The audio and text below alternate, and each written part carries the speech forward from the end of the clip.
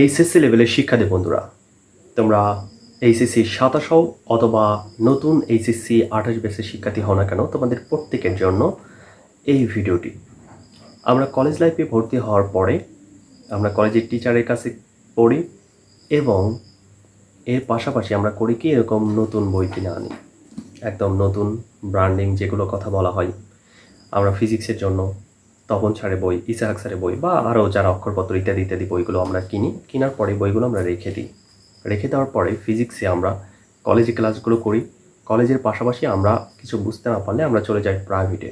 ওকে, private ব্যাচে যাচ্ছি, সেখান থেকে আমাদের খুবই গুরুত্বপূর্ণ লেকচার শিটগুলো দেওয়া হচ্ছে, সেগুলো আমরা নিচ্ছি। একের পর ম্যাথ সলভ করতেছি, বেসিক কনসেপ্ট যেগুলো স্লাইড এটা ওটা দিচ্ছে সেগুলো আমরা করতেছি।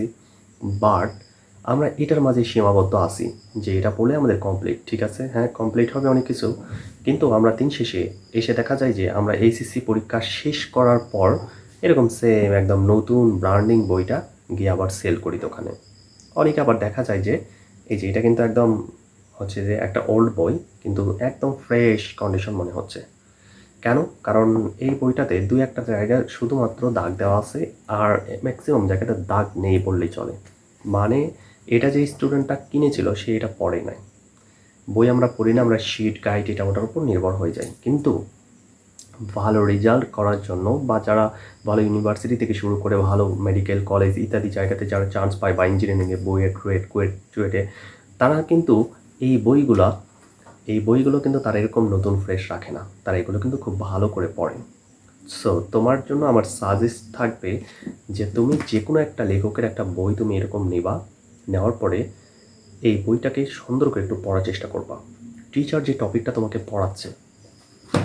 তোমাকে যে টপিকটা পড়াচ্ছে সেই টপিকটা বাসায় আসার পরে শিট পড়বার, ঠিক আছে, সেখানে তো আমাদের পিক পয়েন্ট খুব গুরুত্ব পয়েন্টগুলো ওখানে দেওয়া হয়, কিন্তু এই গুরুত্ব পয়েন্টের পাশাপাশি আরও অনেকগুলো পয়েন্ট আছে যেটা শিটের ভিতরে তোলা সম্ভব হয় না।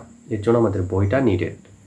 সো বইটা যখন আমরা পুঙ্খানুপুঙ্খ একের পর এক ওই টপিকগুলো ভালো করে পড়বো, বই পড়বো, তার পাশাপাশি আমরা গাইড দেখবো, ঠিক আছে, টিচারের সেই লেকচার শিট ফলো করব, এরপর স্লাইড নোট যা আছে সব কিছু যখন আমরা দেখবো ওই টপিকের উপরে, তখন সেটার একদম ডিপে আমরা প্রবেশ করবো। বলা হয় না যে ইন ডিপ জানতে হবে। এই যে ইন ডিপ জানার জন্য আমরা কী করতে পারি, আমাদের বইটা কিন্তু টাচিংয়ে রাখতে হবে। শুধুমাত্র টিচার পড়াইলো সেটা আমরা দেখলাম, তার মাঝে সীমাবদ্ধ থাকলাম, তা কিন্তু না। টিচার তোমাকে যে জিনিসটা দিচ্ছে সেই জিনিসটা দেওয়ার জন্য টিচারে কিন্তু একাধিক বই পড়তে হয়। সে একাধিক বই পড়ার পরে সেখান থেকে সামারি করে তোমাকে দিচ্ছে, অ্যান্ড তুমি সেই সামারিটা নেওয়ার পরে তোমার এই সামারি থেকেও তো অনেক কিছু কাটিং হয়ে যাবে না? তাহলে এই যে টিচার কিন্তু অনেক কিছু পড়ার পরে সে তোমাকে পড়াচ্ছে।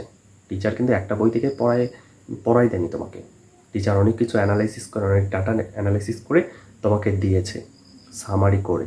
এখন এই সামারিটা তুমি যখন নিচ্ছ, তুমি তো ডেলিভারি দিতে পারবে না, কিছু না কিছু তোমার কাছ থেকে তো চলে যাবে, কিছু না কিছু যাবে। সো সেইটা যাতে না যায় তার জন্য তোমাকে বইয়ে ফিরতে হবে, টিচারের এই কনসেপ্টগুলো জানতে হবে, টিচারের যে পড়ার প্যাটার্ন সেইটাকে ফলো করতে হবে, নোটগুলো দেখতে হবে, শিটগুলো দেখতে হবে, এর পাশাপাশি তোমাকে বই ফিরতে হবে।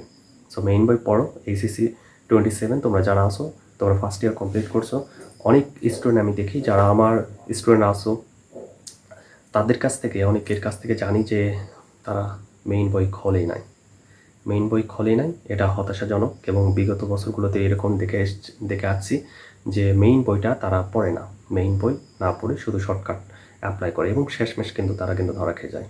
তো তোমাদের যেহেতু 1 বছর গিয়েছে, 1 ইয়ার চলে গিয়েছে, 27 যারা আসো, আর যারা নতুন ভর্তি হবা বা অনেক জায়গায় যারা প্রাইভেট টিউশন ইত্যাদি শুরু করছো, কলেজ লাইফ তোমাদের এখনও শুরু হয় নাই, বাট কিছুদিন পর শুরু হবে।